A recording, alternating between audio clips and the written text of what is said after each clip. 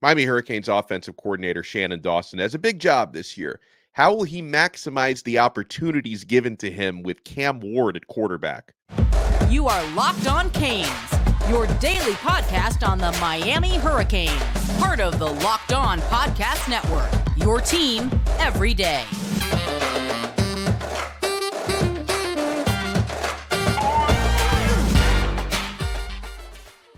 Happy Friday! We made it! I'm Alex Donno. I'm a University of Miami alumnus, longtime South Florida sports radio vet, and writer for allhurricanes.com. And thank you so much to the everydayers for making Locked On Canes your first listen and your first watch each and every day. We're free wherever you get your podcasts. We're free on YouTube, and we're part of the Locked On Podcast Network, your team every day. Today's episode is brought to you by FanDuel. Make every moment more. New customers join today. You'll get $150 in bonus bets if your first bet of $5 or more wins. Visit FanDuel.com/lockedon to get started. They'll be getting started. Spring football is around the corner. March 4th is going to be the first practice. We've been covering and tracking off-season workouts leading up to the first day of spring. We're getting a lot of questions from our Locked On Canes insiders on Cam Ward. We get this one from Kilrod. Do you think that Shannon Dawson has the most pressure this season with Cam Ward as his quarterback to not make him look average and to put him in good situations to become the first-round pick that Ward wants to be? That's one way to look at it, Kilrod. I'll take that viewpoint in just a second. Let me play devil's advocate first. I could also argue the opposite from the pressure argument. I could say that for Shannon Dawson, having Cam Ward as your quarterback this coming season is going to make his job considerably easier. Cam Ward is capable of extending plays in a way that Tyler Van Dyke couldn't, improvising with his athleticism, and running. He also gives Shannon Dawson a lot more options as a play caller, especially on third down. So I would look at it from a Shannon Dawson standpoint because Dawson's hands were not completely clean from some of the issues in the passing game last year. I get that. I'm not giving him a complete free pass, but at the same time, some of those interceptions from last year, I felt bad for Dawson when, the quarterback last year on certain plays had all the time in the world to throw the football, clean pocket, check downs available, yet he throws it into coverage and throws interceptions. It happened a lot. Now, some of you were saying, well, that's on Dawson for not teaching him better because he's also the quarterback's coach. Maybe, but the quarterback is ultimately the one making that decision in the moment and throwing that football. So I could take the opposite viewpoint and saying that having Cam Ward as your quarterback this year with all the things he's capable of, really no limitations with his arm, I should say, and fewer limitations when it comes to athleticism and extending plays, that's going to make Shannon Dawson's job a lot easier. That's going to be a luxury for him. But I will acknowledge there's obviously some pressure that comes with that. First of all, having Cam Ward as your quarterback, it's raised the expectations considerably. Right? We talk about that win total over under 9.5 for next year. Cam Ward being here is a huge part of that.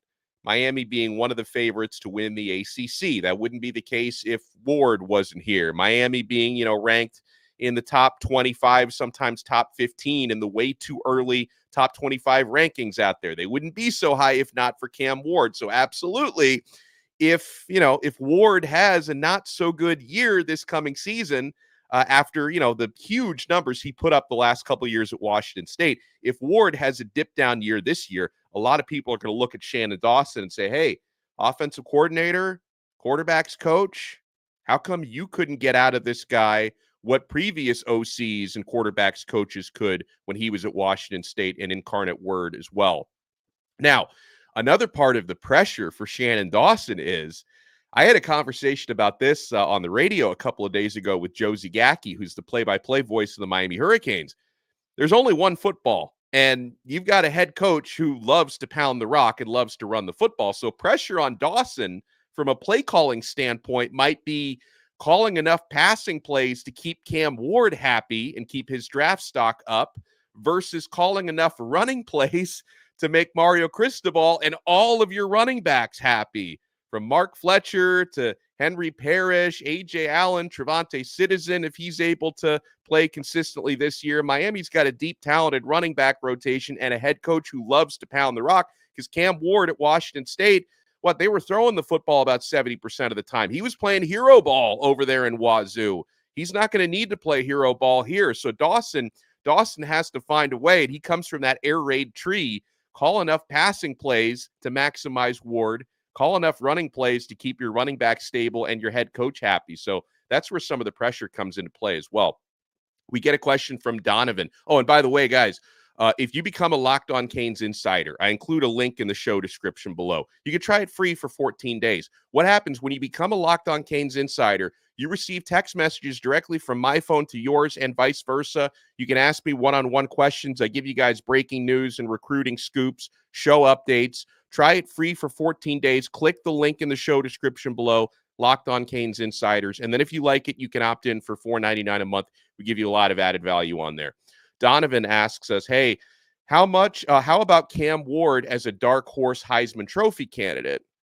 His elusiveness in combination with Restrepo and the production of that offensive line gives him a good chance, he writes.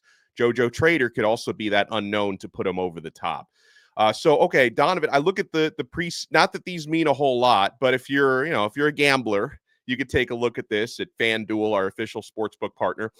Most of the sports books, they have Ward in the latter part of the top 10 for preseason Heisman, around 8th to 9th place at about plus 2,000 odds, even plus 2,500 in some places.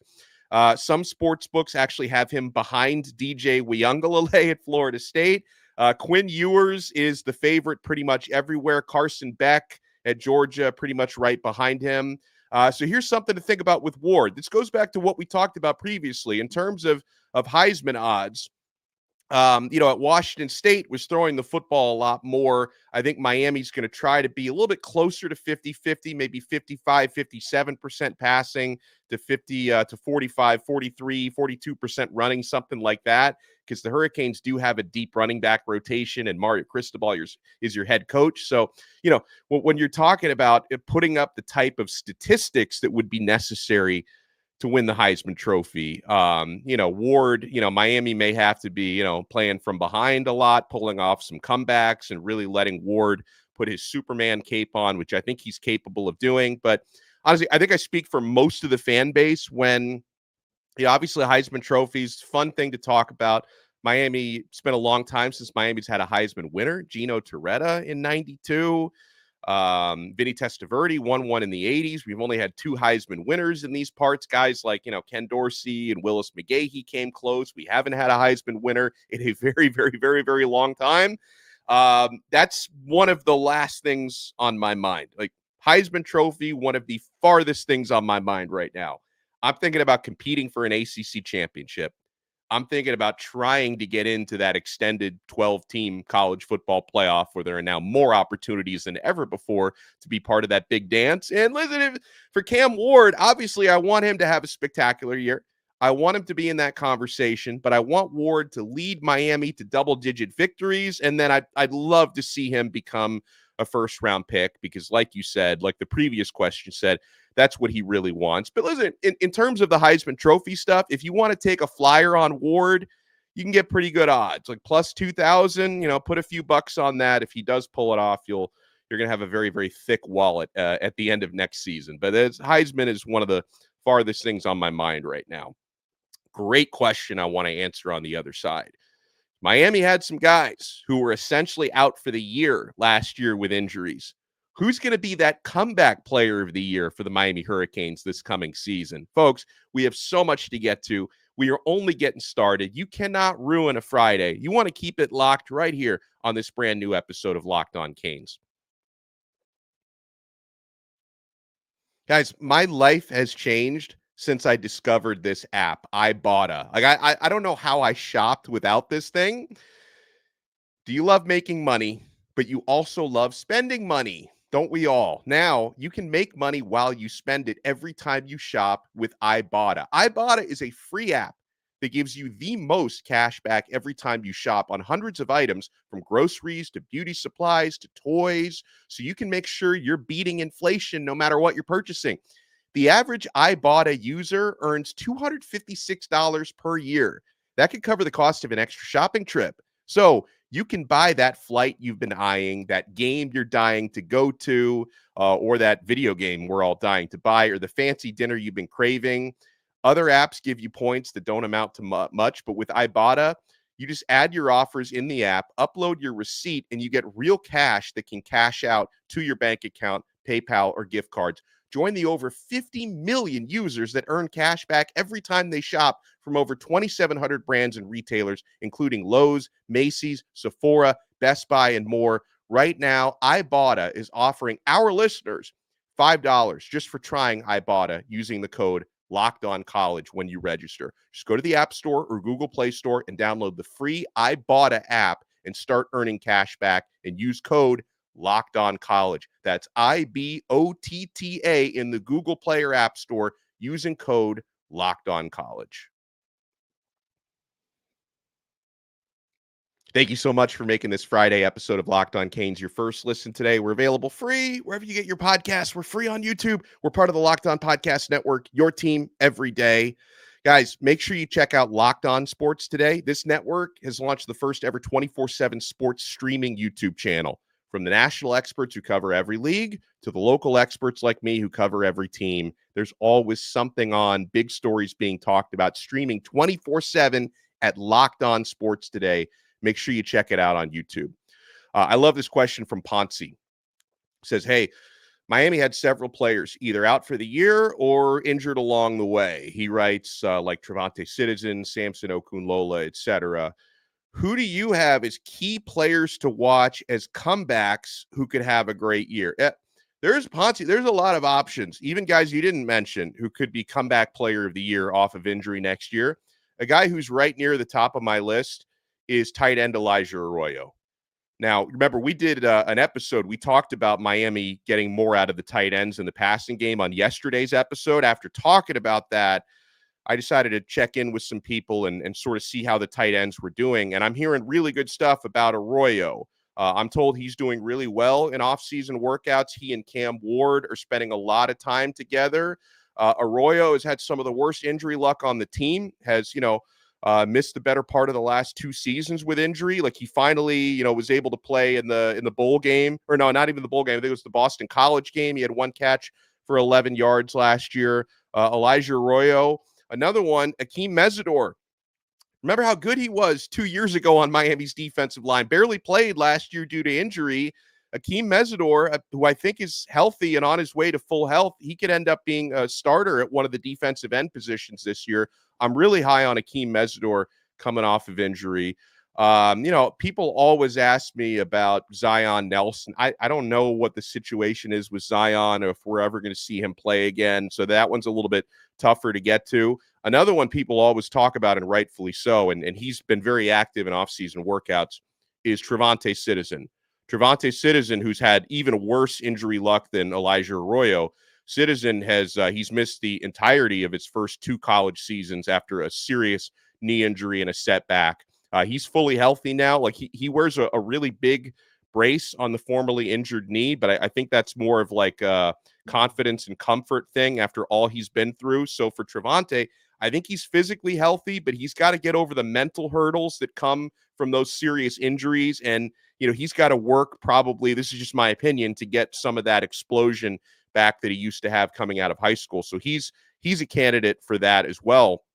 You brought up Samson Okunlolan, who is former 5-star offensive tackle. He was in the rotation. He was playing a little bit last year before he suffered his injury. I don't know exactly what his injury is because, again, Miami doesn't disclose that stuff, but I get the sense Okunlola's injury was not as serious as some of the other ones that we talked about. And, it sounds like he's been pretty active in the weight room. So, when and if he's fully healthy again this season, I expect Okunlolan to be a big part of the rotation. But as far as comeback players of the year, probably Elijah Arroyo, Akheem Mesidor would be the guys that are right at the top of my list that I really think can be, the ones who make a huge impact. In the case of Mesidor, probably a starter on Miami's D-line, and Elijah Arroyo fully healthy, probably, well, I mean, the old man McCormick factor is a wild card. The old man McCormick factor, and I think Riley Williams is an ascending player, but I think Arroyo, if fully healthy, is probably your starting tight end. But there are some other options and possibilities there. We get this question. This is an interesting one from ND Hater 85, who I know he lives right in Notre Dame territory. And a couple things that I didn't know about ND Hater. He says, "Hey, Alex, I'm getting married in the fall, and I'm making my first trip to see my favorite university.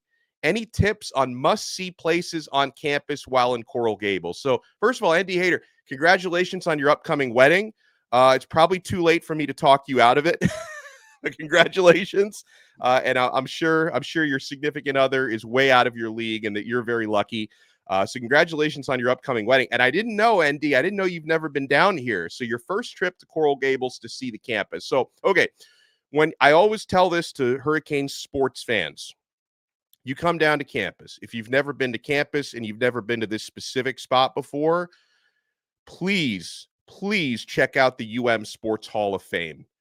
It's a little bit hidden. A lot of people don't know it's there, and I know that because every time I visit the Sports Hall of Fame, it's unfortunately almost completely empty. But if you're a Hurricanes football fan and sports fan in general, there's so much incredible memorabilia there, and from all the great former Hurricanes that are enshrined in there. Like, it is a hidden gem on campus. The Sports Hall of Fame, it's right near the track and field and the practice fields and the Hecht Athletic Center. So if you have trouble finding it, ask around, but definitely check out the Sports Hall of Fame. Miami campus is beautiful. Like, the food court's really good to grab a bite there, or you can sit down and grab a bite at the Rathskeller, hang out by the lake.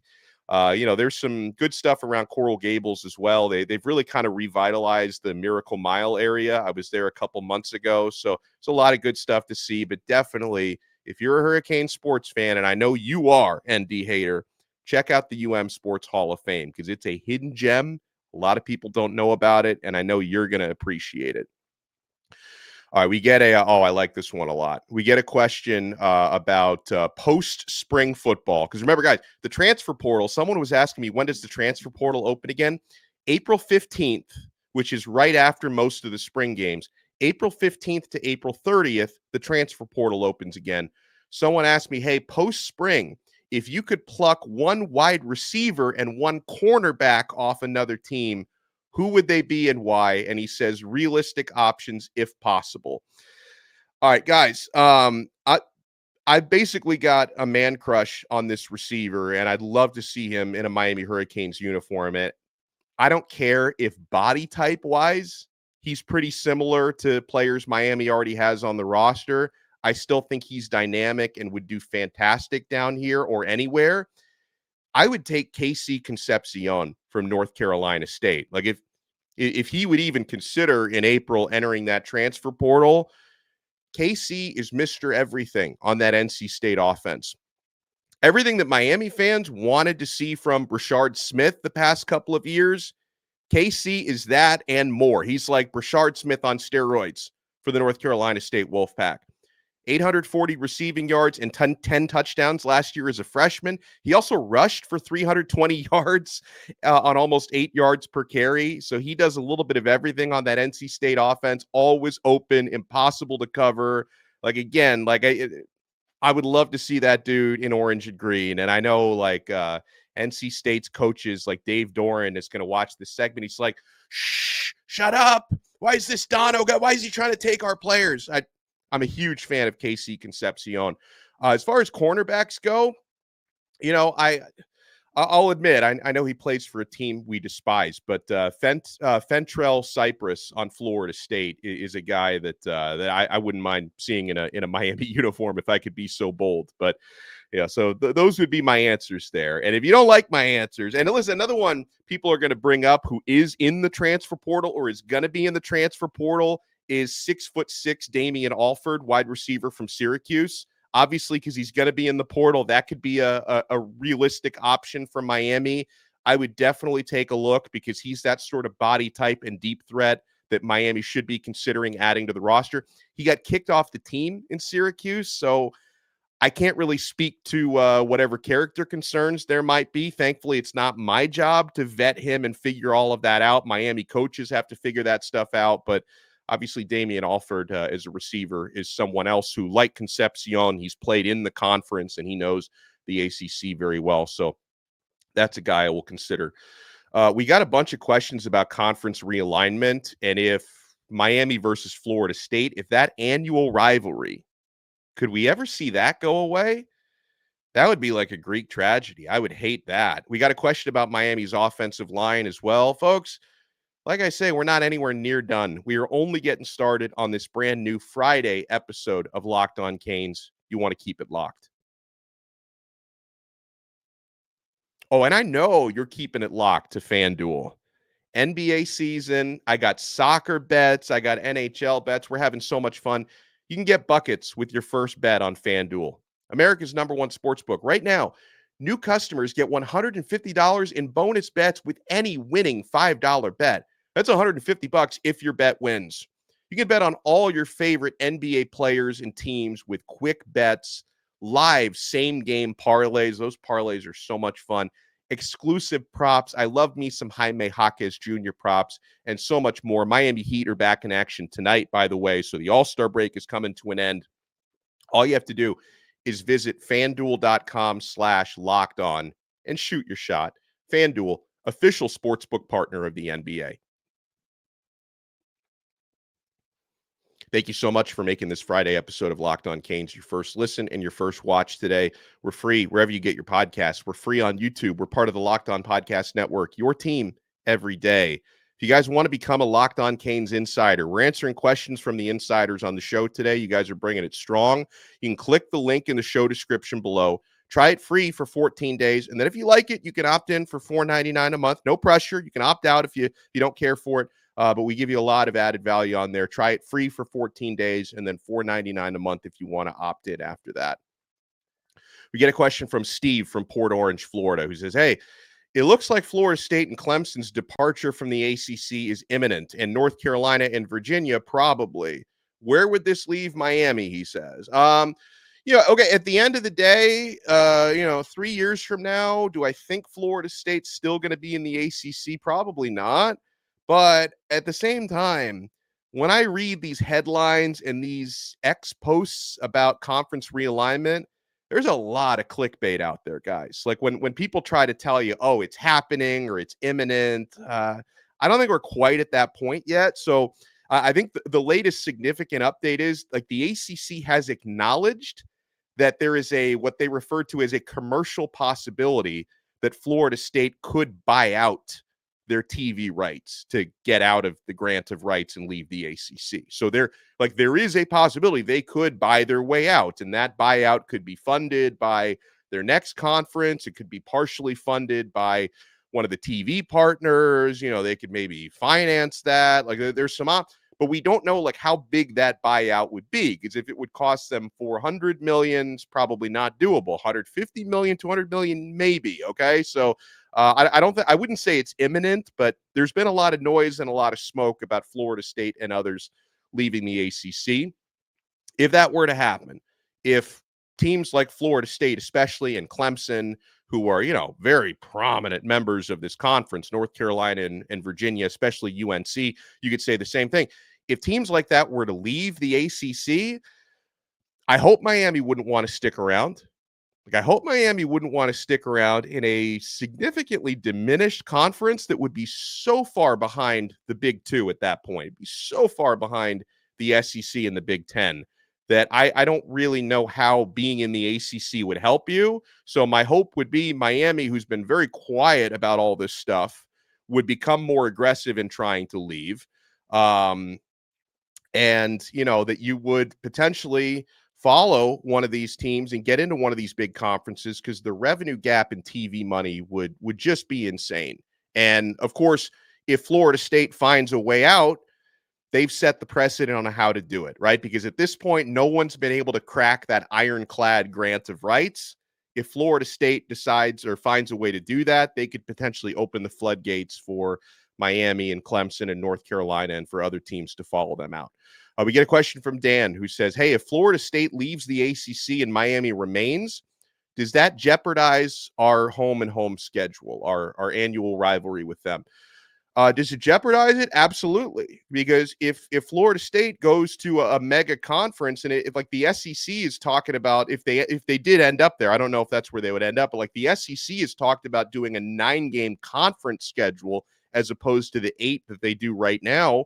That would make it more difficult for Florida State to schedule Miami. So it's not a guarantee. Now, it's within the best interest of both of those programs to keep it going, because Miami versus Florida State, TV networks love it. It's one of the bigger, more historic state rivalries out there.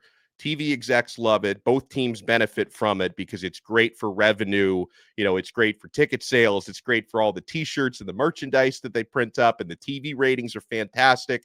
So it would benefit both Miami and Florida State to keep that rivalry going forever. But yeah, if Florida State were to leave the ACC and enter a mega conference, it would definitely make it more challenging to keep scheduling that game. So hopefully, 5 years from now, even if it's not the ACC, hopefully Miami and Florida State, one way or the other, would be in the same conference if it's the Big Ten or the SEC. We get a question from Westy, who says, hey, I have an O-line related question. Obviously, we like to tout the strength of our O-line, and Mario and Mirabal's success there is well documented. But I think there are more big question marks there than we've addressed thus far. He says in the Canes offseason, I have several thoughts on the O-line. He says, I'm unimpressed by Zach Carpenter and hoping to be wrong. But my big question is, what are we hearing on Samson Okunlola's offseason workouts? We keep hearing about the guys doing well in the weight room, but I haven't heard his name mentioned once coming off injury. In a dream scenario, he or Markel Bell wins the left tackle spot. Jalen Rivers moves inside to his natural guard position. But crickets on Samson's rehab, he says, has me nervous. He's a player that, given his ranking and name, image, and likeness, if he doesn't contribute earlier, he'll become very polarizing very fast. Thanks as always, from Westy. Listen, again, I talked about I've heard Samson's doing well in the weight room, but I wouldn't never freak out too much about not hearing a lot about Miami players rehabbing, because Miami's probably one of the quietest program in the country when it comes to injury updates on play. Like, they keep that stuff so secretive and so close to the vest. So, a little over a week from now, when spring football starts, we'll have a better idea. When I'm out there watching the first practice, I'm going to look for Samson. I'm going to look for TreVonte Citizen. I'm going to look for Mesidor, all the guys coming off injury, Elijah Arroyo. I'm going to be looking for these guys, seeing what they're up to. Are they doing team activities? Are they working out off to the side? So we'll have a better idea there. As far as Zach Carpenter goes, I think he's a very serviceable, good starter at center. He didn't have the numbers or the ratings that Matt Lee had. Like, if you look at Matt Lee, especially like his pass blocking grades, Carpenter doesn't look as good as Lee did. I will also keep in mind that Zach Carpenter, playing in the Big Ten, was going up against some killers, and Indiana was awful, so he didn't have a whole lot of help elsewhere on his offensive line. So is there going to be a drop-off from Lee to Carpenter? Possibly, probably. I don't think it's going to be as big of a drop-off as you would imagine.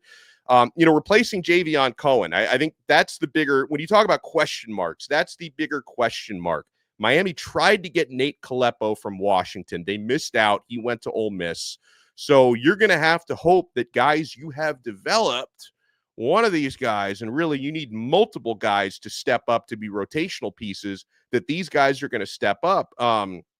So whether you're filling that left guard spot with Matthew McCoy, who was oftentimes the first guy off the bench on the offensive line last year, or I'm pretty bullish on Tommy Kinsler, who is gigantic and really athletic, if he might be ready to fill that role. Lou Cristobal has been, pretty active coming up through that offensive line as well. Now, when you talk about Jalen Rivers, he had there's the possibility of tinkering with his spot, because obviously, like you said, he's extensively played guard before. He can play guard or tackle. He was so good at left tackle last year. I could pencil him into that same spot and feel pretty darn good about Jalen Rivers. He was fantastic last year, but if there was an opportunity, if getting your best 5 on the field meant kicking him inside and putting somebody like Okunlolan or 6'8" Markel Bell out there at left tackle, that's one of the reasons why I feel so confident in Alex Mirabal, because he cross-trains everybody. Every offensive lineman in Miami's rotation is capable of playing 4, if not 5. Not everybody can play center, but they're capable of playing 4, if not 5 positions on that offensive line. So I think it's fair to say that they're question marks.